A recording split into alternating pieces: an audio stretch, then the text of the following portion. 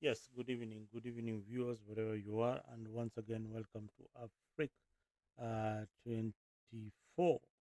And a lot has happened in our politics. I don't want to bore you with a lot of stories. It is late where I am, and I just wanted us to catch up with what Rigiji said this evening on Citizen TV.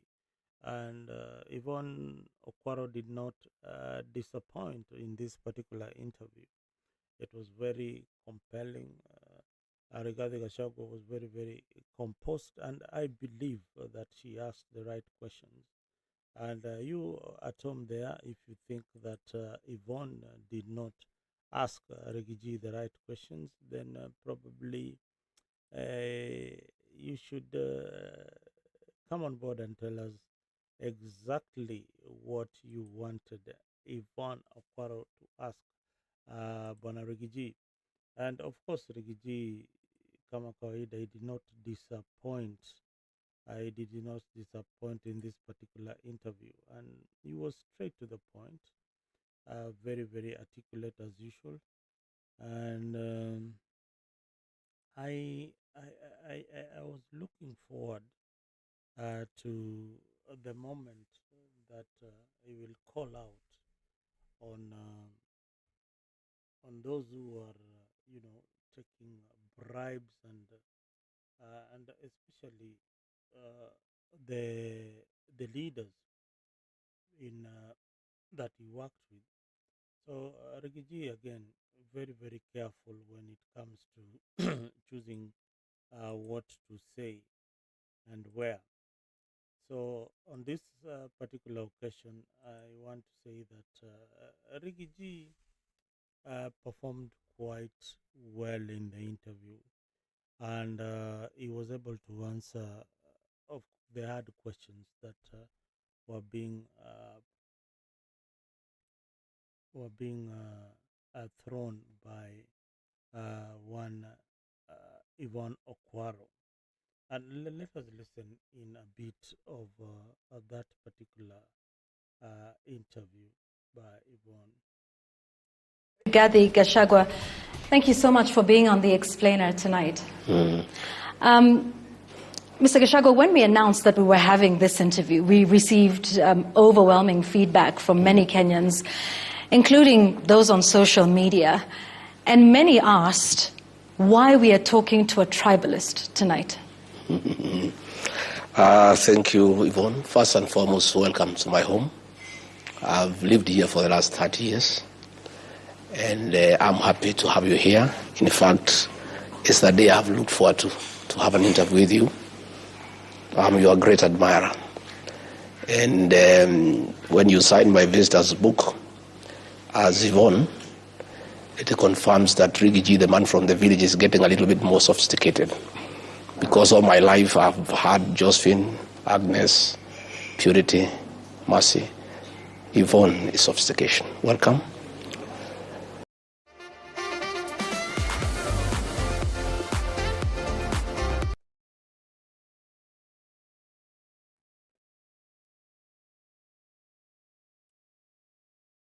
Well, sorry for that interruption. I think these adverts are really going to interrupt our discussions this evening. And but anyway, we want to get to the matters that were discussed by one Rigiji, and most of the things I believe that we are all familiar with. And one significant thing that Rigathi Gachagua said in that interview is that one is going to vie for the presidency, and when pushed to say how, he says that the matters are still before court, and he gave reference uh, to one member of parliament who was convicted and is serving in the current parliament. He also gave a reference to Uhuru Kenyatta and William Ruto in the Hague. They vied, and they won the presidency. So I feel that Rigathi is on a mission, and his mission is to capture the presidency. I hope you guys at home there also feel that this guy is the right candidate to face William Ruto. I don't know. Maybe leave a comment on the Facebook page and and the YouTube channel on Afrique, so that we can put some of your comments out there of what you feel is Riggy the right candidate to face William Ruto. This issue has been debated a lot, and many people tell me that they cannot imagine another Kikuyu president, and I also feel the same way that this ping pong game between two tribes has gone way too way too long, and it is high time that we think outside this these candidates, because we will put William Ruto there, like we had Uhuru Kenyatta, then came William Ruto. So we have had the presidencies from just two communities, the Kalenjin and the Kikuyu community. The rest of us are watching on the sidelines. So I believe that in 2027 there should be a very strong candidate from another tribe and not the Kikuyu tribe. I'm not really being trying to be tribal, but realistically, yes, we have got 42 tribes, but we cannot have this game going on between Kalenjins and the Kikuyus, and we are taken to these wars, supposedly wars. Like now, sincerely, if you ask me as Mzalendo, is there a war between Rigiji and the president and what it is all about? I am telling you, those reasons they don't add up. Just as like the same reasons that Uhuru Kenyatta and William Ruto had in the other government, those reasons did not add up for me. I don't think that those are the reasons to warrant you to kick out your deputy president. No, I know so many of you feel the same way out there, that some of these reasons that we are being told that, oh, this guy is tribal. Kenya, everybody is tribal. There's nobody who is not tribal. Most of the people are tribal. It's only that the only generation that is trying to kick out the tribalism are the Gen Z generation, but the rest are very, very, very tribal, very, very, very tribal. And many Kenyans had this raw, unfiltered kind of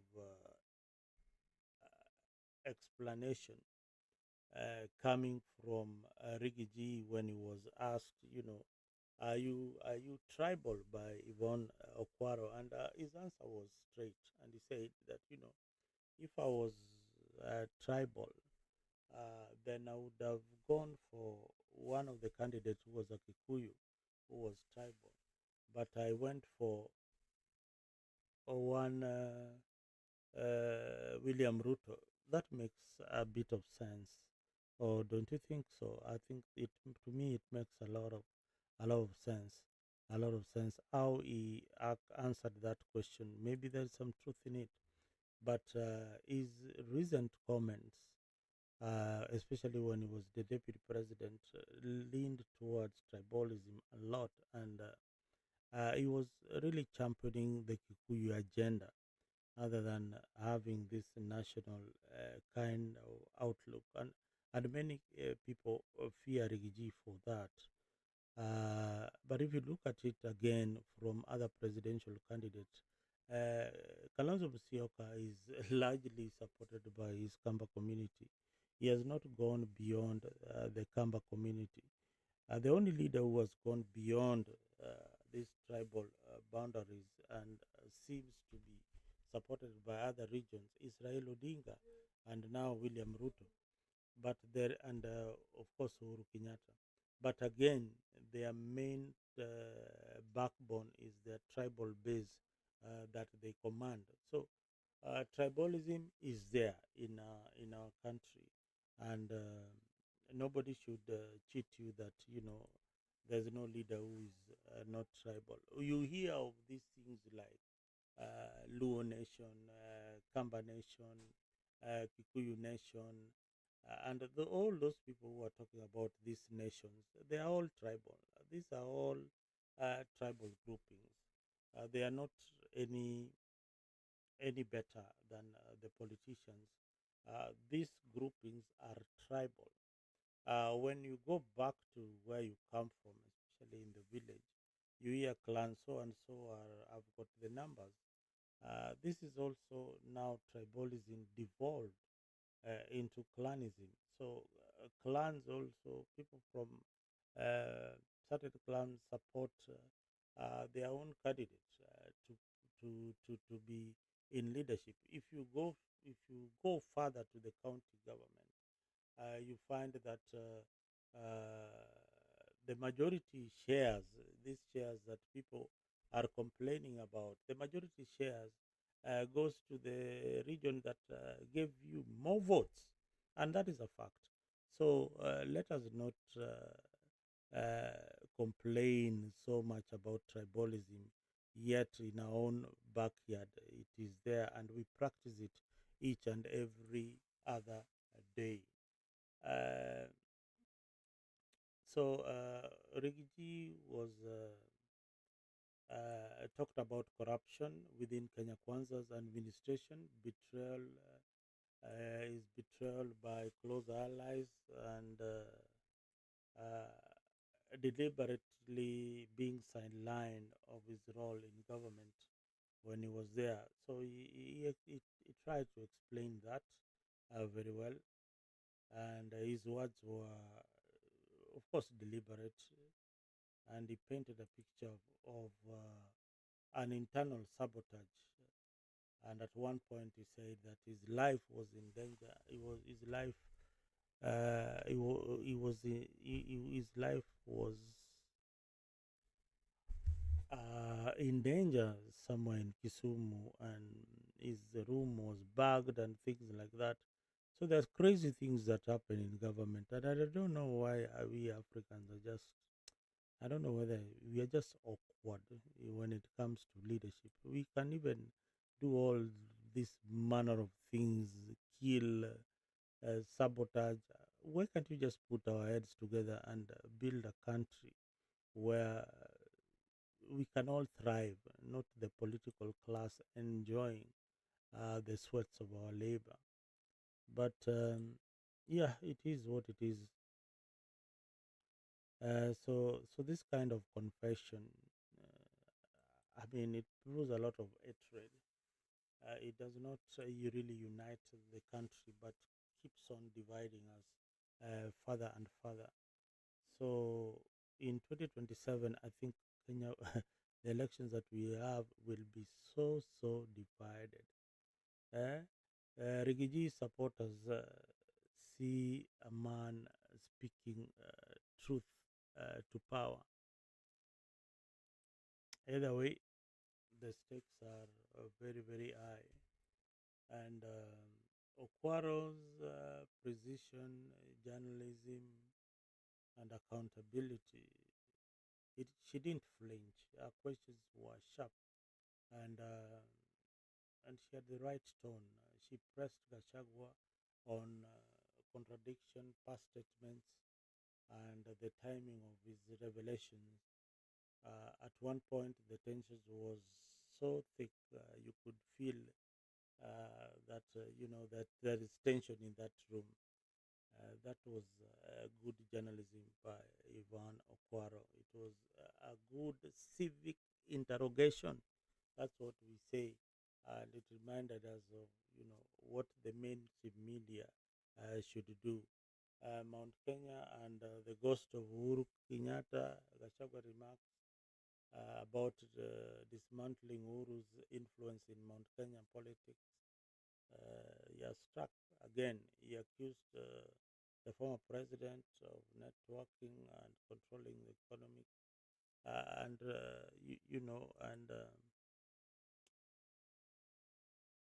he accused William Ruto of pushing them to abuse one former Uhuru Kenyatta. But I think there, Rigiji, you should have used common sense that you cannot be tossed around like a lapdog, William Ruto's lapdog then.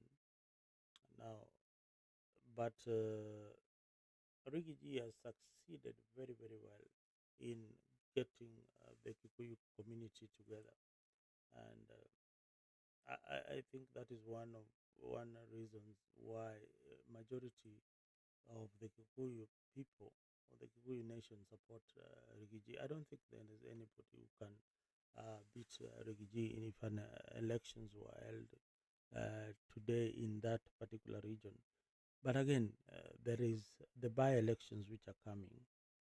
So this by-election is a litmus test to these opposition leaders if they can get their act together. But the way I look at them right now, oh my God, I think I'm beginning to doubt whether they can beat William Ruto, especially with the Rigathi Gachagua ticket.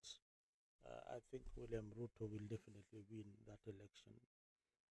And for one reason, people will start looking at things on the tribal lines, and it will not matter anymore. So Rigiji needs to be the kingmaker. That's what I feel. If they really want to win elections, but if they just want William Ruto to win, then they need to let us listen to him here. With William Ruto up to the ballot, and you try, and you tell me you have seen already the EACC after William Ruto spoke. That is a script. You can see how good it is. The minute he spoke, the EACC said William Ruto has that's done well. He says we have 4 governors now at the radar. And you see the governors at the radar.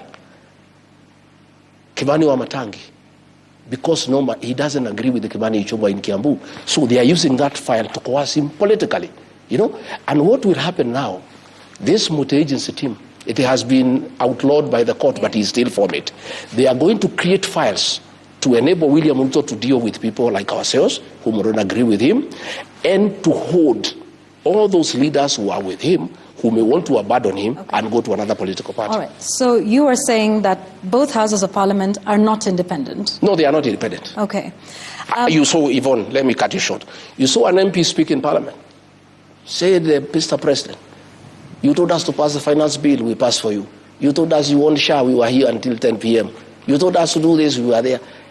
All those things, they don't do it on behalf of the people of Kenya. Mm-hmm. They do it for William Ruto, and he pays them for it. Of course, we must say there are few members of great integrity and who have a moral conscience who have refused to take money from William Ruto. And they are all his enemies. He is harassing them using KRA, he is harassing them using DCI, and I know using this multi-agency team. Okay. All those members who refuse to take money from him are going to be on his radar. All right. Kenya Kwanza stood out for its thirst to control the Houses of Parliament. Yes. And I want to speak to you now as the person who held the position of Deputy President at the time. Didn't you, as the executive, and by you I mean yourself at the time as Deputy President, President William Ruto, as the President, and the entire executive, did you not decide who should be Speaker of the National Assembly? Was that not part of the agreement? No, we did. It was in the shareholding agreement. Okay. Did you decide who should be Speaker of the Senate? Yes, it was in the shareholding agreement. Did you decide who should be Majority Leader for both houses? It was decided after the election. Did you also decide who should chair each of the committees? Yes, it was. In both houses? It was.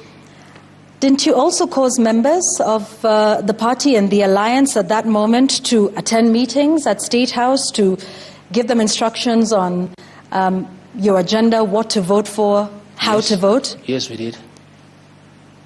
And so the grand total of this was what? Control of the legislature by the executive? It was So why? The intention. What was the intention? The intention was to push the government's legislative agenda. Okay, so this was a push that came from the executive. Yes. Are you then now surprised that members of National Assembly and the Senate are speaking the language of the executive when you yourself are a part of the executive making these decisions, where the member of the Speaker of the Senate, the Speaker of the National Assembly, all came from the party that you rode on to power? I think it was a very good. If you are saying today that we don't have independent houses of parliament, aren't you then responsible for that? Because this was your doing with President William Ruto. Yvonne, that's a very good observation. The intention was very noble. When we formed government, we had a manifesto, a great manifesto, bottom-up economic transformation agenda. Creating good business environment, lifting people from the bottom of the pyramid. We wanted a majority in parliament to help us push that agenda. Okay? Where I differed with William Ruto is when we abandoned our agenda, our manifesto, and he started pursuing personal agenda. The housing levy was not part of our agenda of forcing people to pay taxes to build houses. All right. I want us to come back and we will go step by step and talk about the affordable housing levy for just a moment. Yes. And you talk about seeking to have a majority in the House to push government's agenda. Yes. That's all well and good. The Speaker of the Senate and the Speaker of the National Assembly, their role is not to push government agenda. Their role is to be arbiters. Their work was to be good arbiters, right, to regulate debate and to protect the independence of the institution. How would they do that if they were former party members and if they got those positions as part of an agreement for bringing votes to this administration? How would they be neutral? It behoves upon a speaker when he assumes that position. Justin Bidan Muturi was nominated by TNA to be Speaker in 2013 and Jubilee in 2017. But that man had an impeccable record. You never saw him in a public rally doing empowerment and singing praise and worship to President Uhuru Kenyatta. Justin Muturi regulated. All right.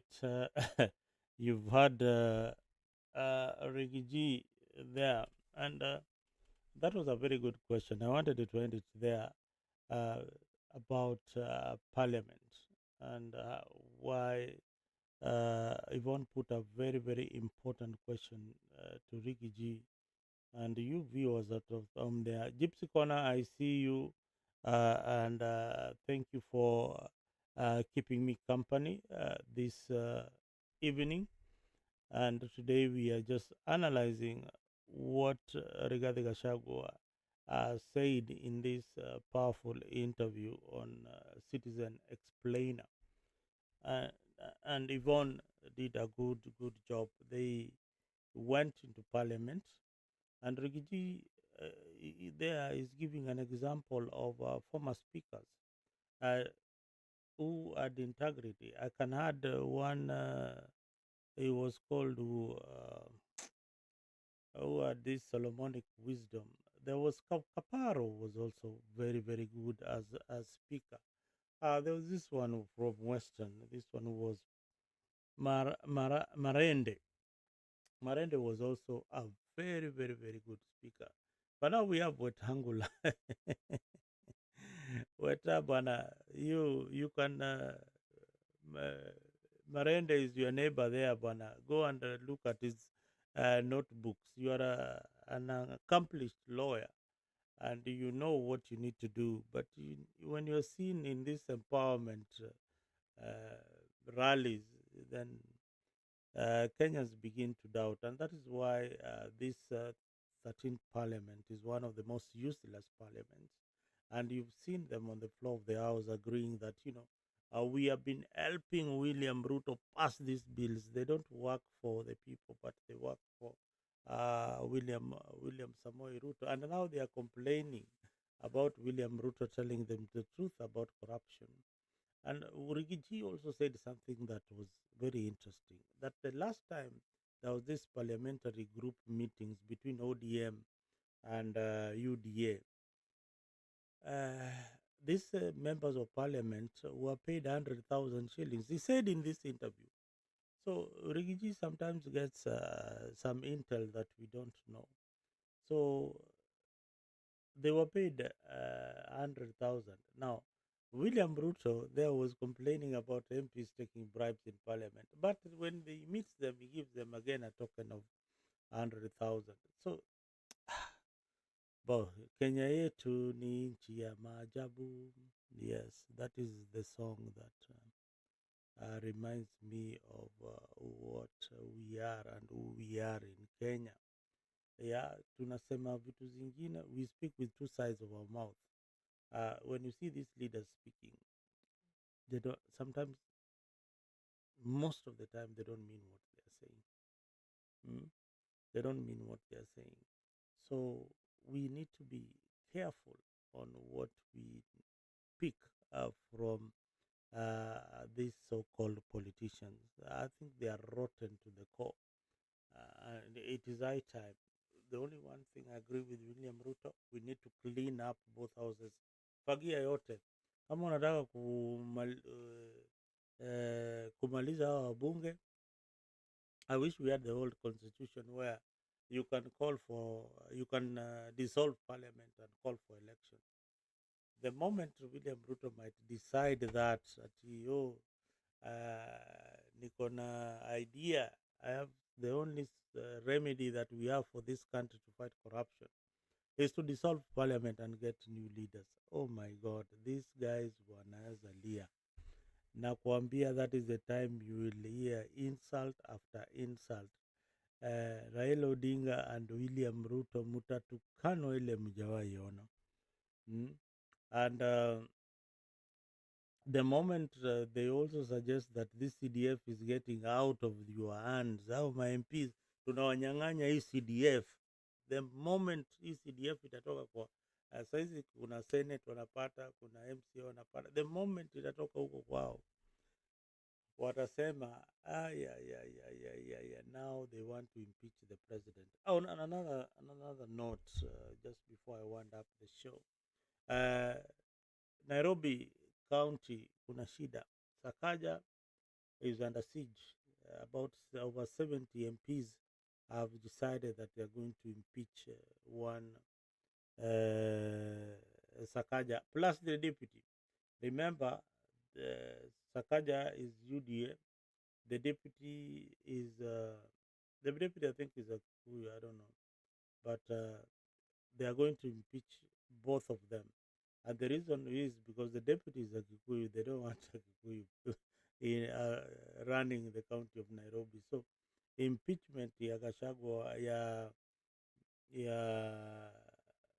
Nairobi governor is on the pipeline, and there's enough numbers. Over 70 of them will definitely impeach the governor.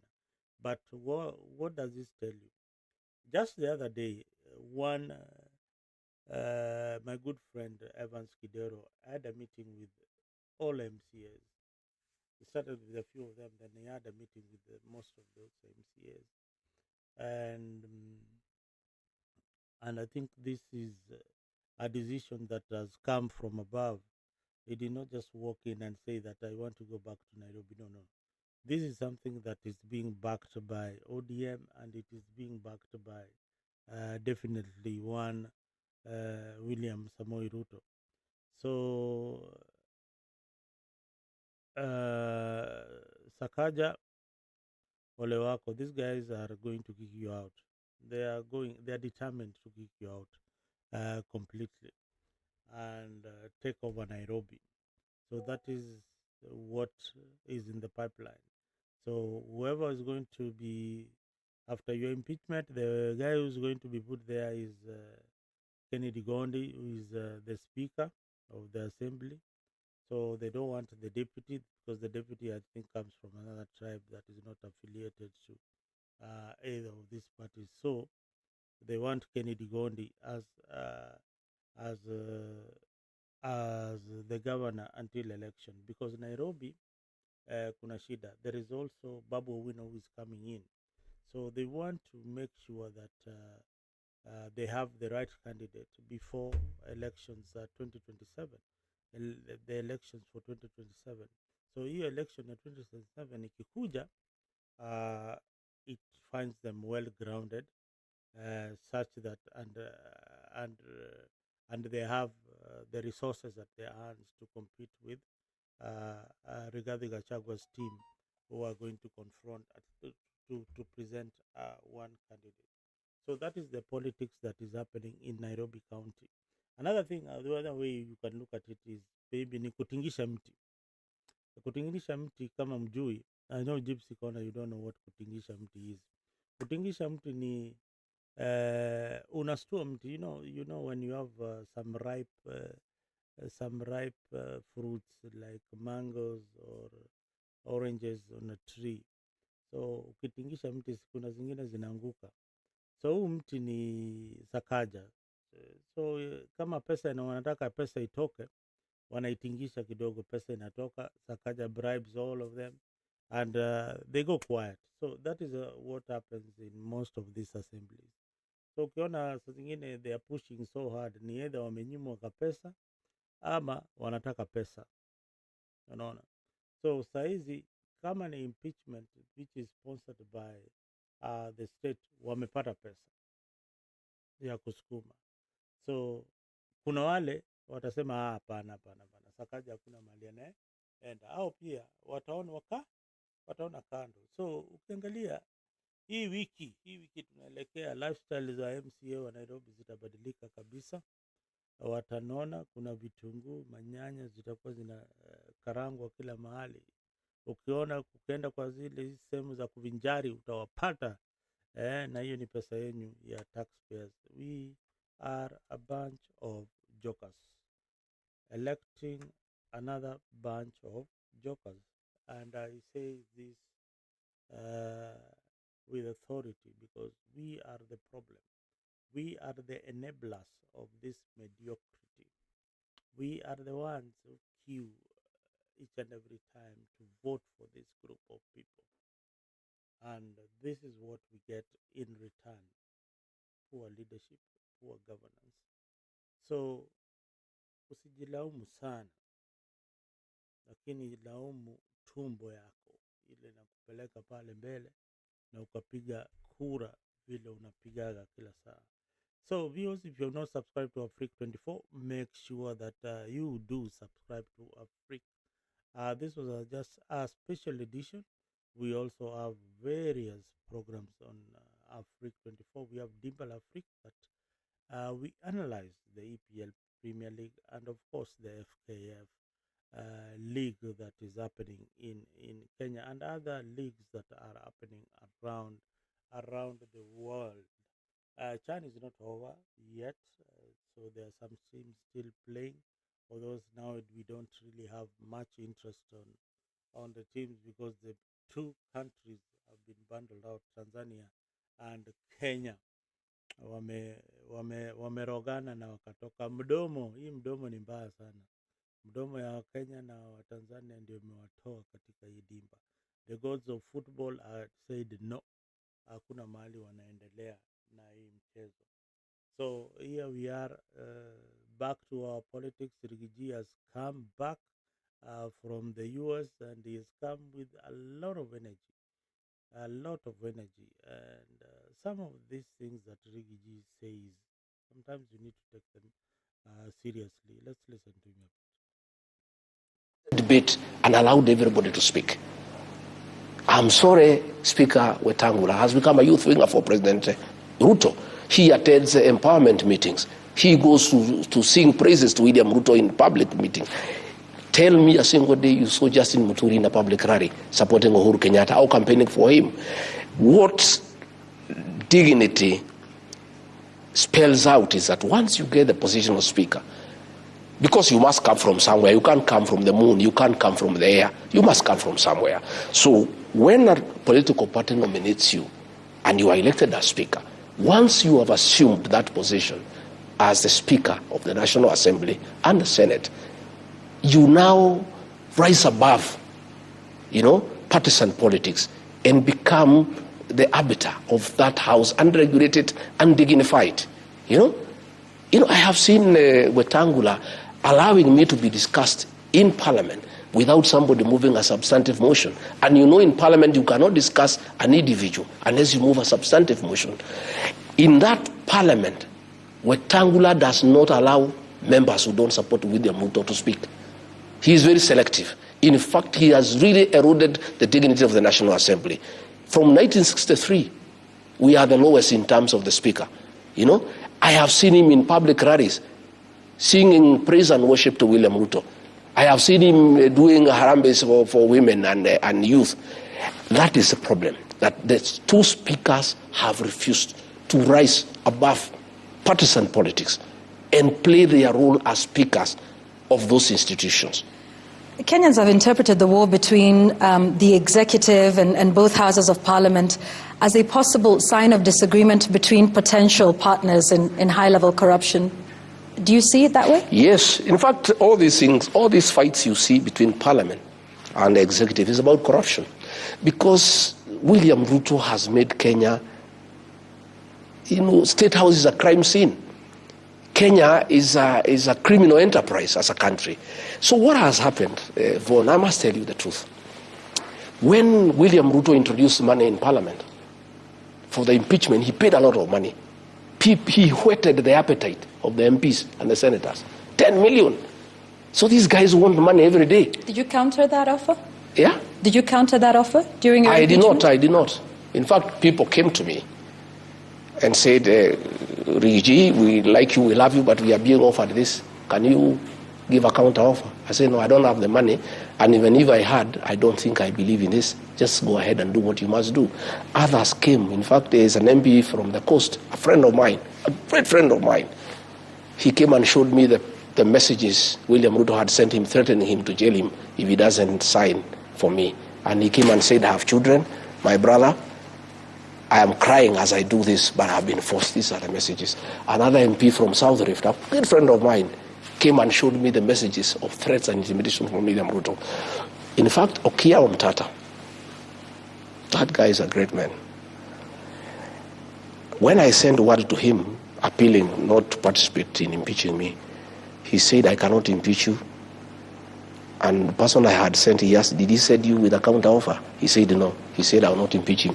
Had he sent you with a counter offer, I would have impeached him, because I don't like corruption. What has happened is that William Ruto introduced money in Parliament. Of late, he has shifted focus to ODM and Raila Odinga. And he is spending a lot of his money now with ODM MPs. Now the MPs from Kenya Kwanza are feeling abandoned.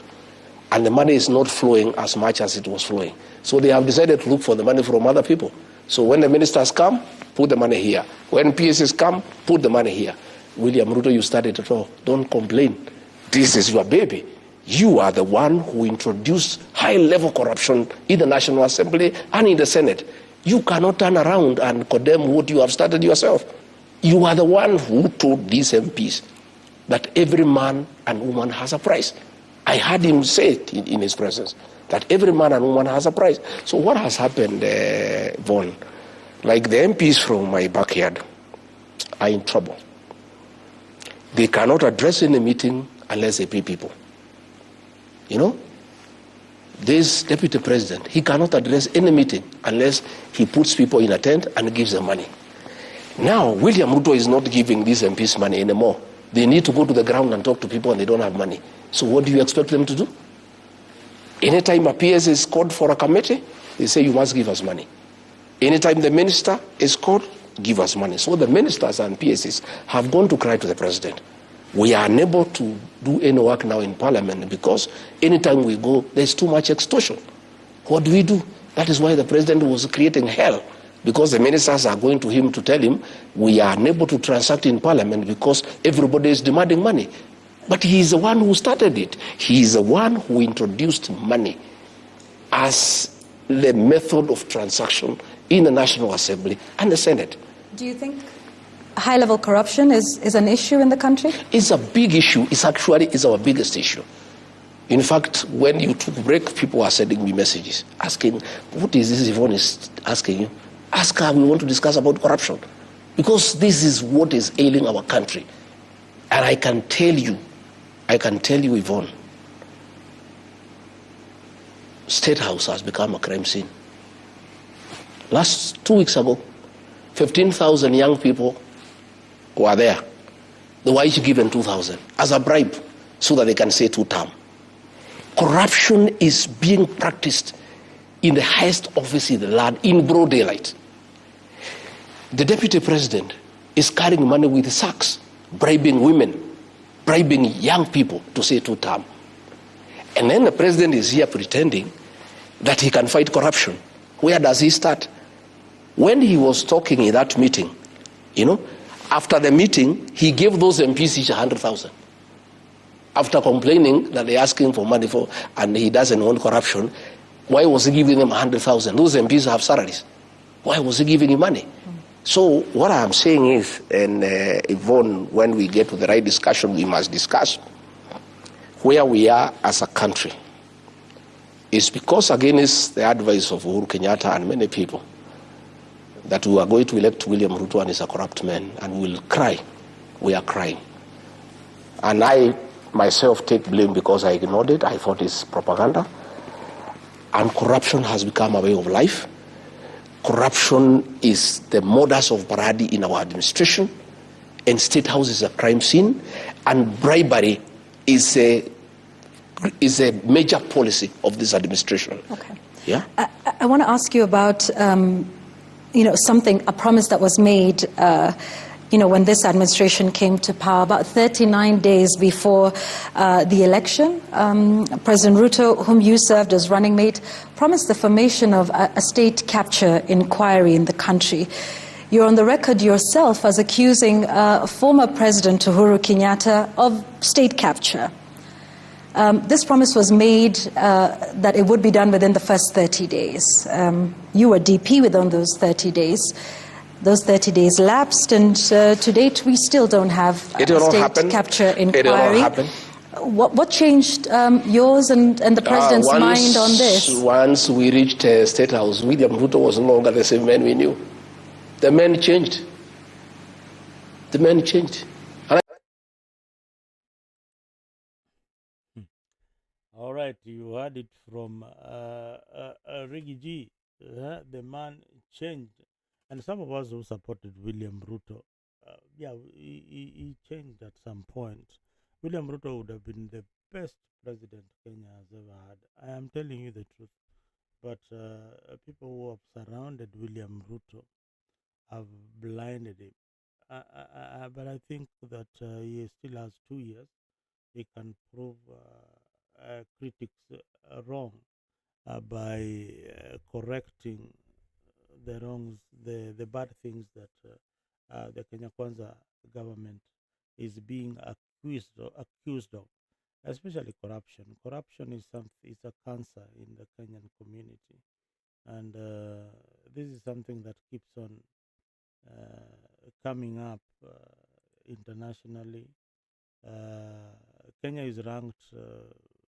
I don't know which number we are right now, but I will check and give you the number that we are in the Transparency International Index. So this country, out of 180 countries, we are number 121 in terms of corruption, with a score of 32 out of 100. So that tells you that we are in a bad position. So William Ruto has proposed a multi-agency task force to tackle corruption. I think we have got enough institutions that can tackle corruption in Kenya if they are empowered, and if they are not politically motivated to fight corruption. You've seen Rigathi, they are accusing ESCC that, it's another branch of the executive that they use to intimidate people who are against the government. The deputy president, Kindiki, as described corruption as an obstacle to development, and in many, many places corruption is an obstacle. If you go to the county government, you meet governors who are very, very corrupt, and there's no development in those particular areas, and they work scot free. They work scot free. Kibaki had something called a lifestyle audit.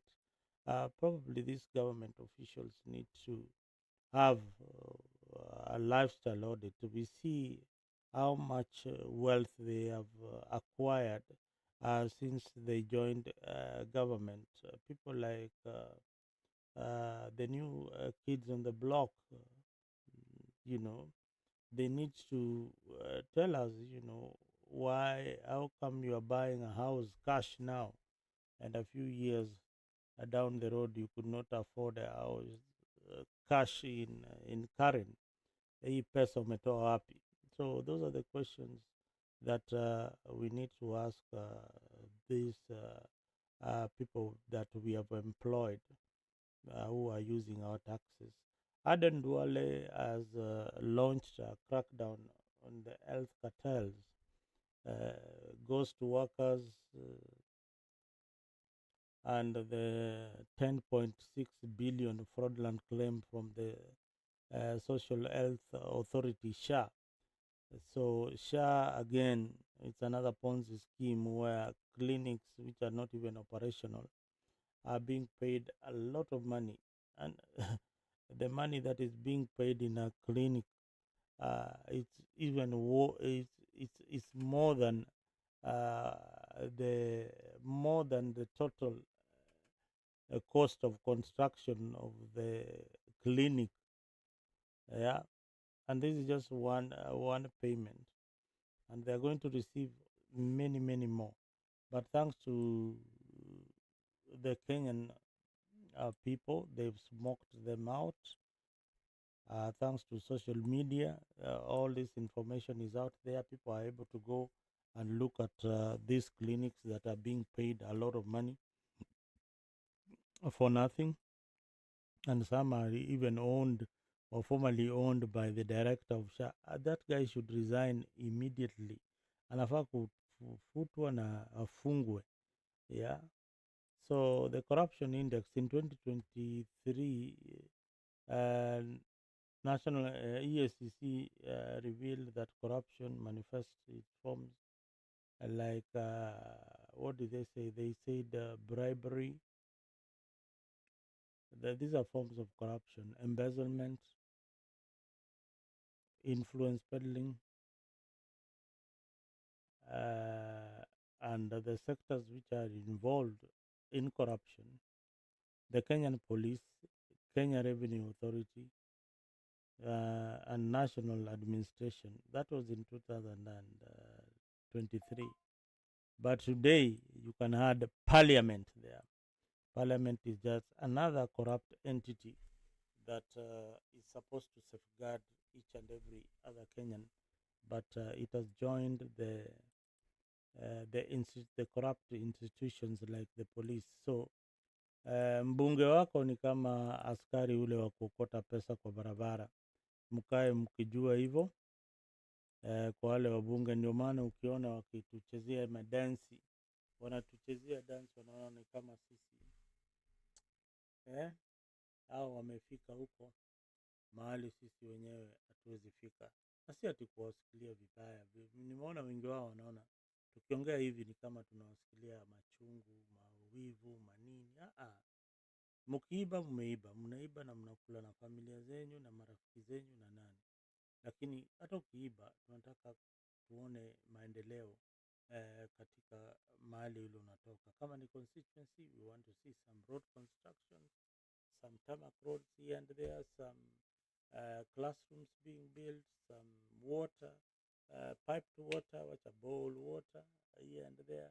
And that is what we want as a country. Otherwise, guys, thank you very much for staying tuned in Africa 24. And Gypsy Corner, asante sana for once again being part of this wonderful Africa family. I think things are easing off. We will be seeing a lot of Mzalendo, a lot of more of this analysis from me. And thank you to the crew who are working on the sound check, nini, kila kitu. I hope everything went on so well. For me, wacha niwawache na neno moja. Stay vigilant, stay observant, and speak out when you see anything wrong that is happening in our country. Otherwise, thank you and have a good